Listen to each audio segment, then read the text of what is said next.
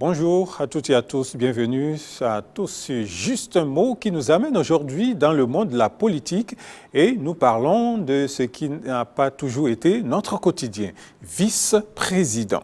Alors, vice-président ou du moins exclusivement en politique, puisque dans les associations, on a coutume d'entendre parler de vice-président. Mais aujourd'hui, nous ne parlerons pas de vice-président d'association, mais plutôt à la tête d'un État.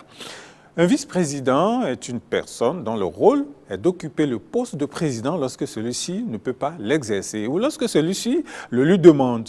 Alors, le mot vice-président vient du latin vis, qui veut dire tout simplement à la place de. Donc, en réalité, l'étymologie du mot vient du fait que le vice, c'est celui-là qui remplace de façon temporaire.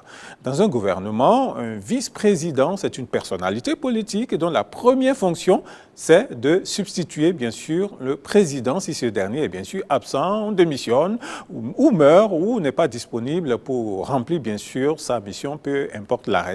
Alors, selon le système politique, il est soit élu comme colistier, comme le vice-président des États-Unis et au Bénin, soit élu spécifiquement pour le poste, ou bien nommé une fois le président élu. Au Bénin, le vice-président n'est pas membre du gouvernement. Il représente le président de la République à la demande de celui-ci. Il est le grand chancelier de l'ordre national. Et si le président est dans l'incapacité définitive d'exercer ses fonctions, le vice-président l'exerce pour le reste de la durée du mandat en cours.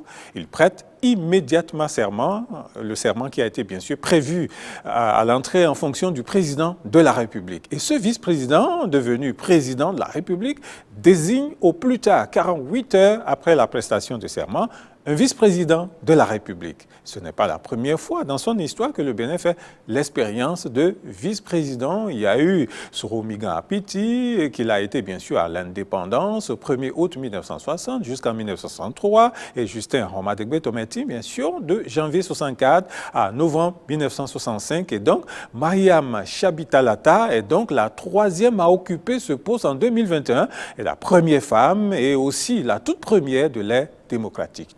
Alors, en Allemagne, le vice-président est en fait le président du Bundesrat, qui est la chambre haute du Parlement. Et en Russie, le premier ministre sert en même temps de vice-président, mais il a notamment plus de pouvoir que le vice-président des États-Unis. En Côte d'Ivoire, à côté, le vice-président est, depuis l'instauration de la Troisième République en 2016, la personnalité chargée de l'exercice du pouvoir exécutif en compagnie du président, bien sûr. Il est nommé par le président avec l'accord de l'Assemblée nationale. Aux États-Unis, le vice-président succède au président en cas de mort, de démission, d'empêchement ou d'impeachment, c'est-à-dire la destitution. Il est élu en même temps que ce dernier par le même collège électoral de grands électeurs. Tout comme au Bénin, aux États-Unis, depuis le 20 janvier 2021, Kamala Harris est la première femme à occuper, bien sûr, cette fonction.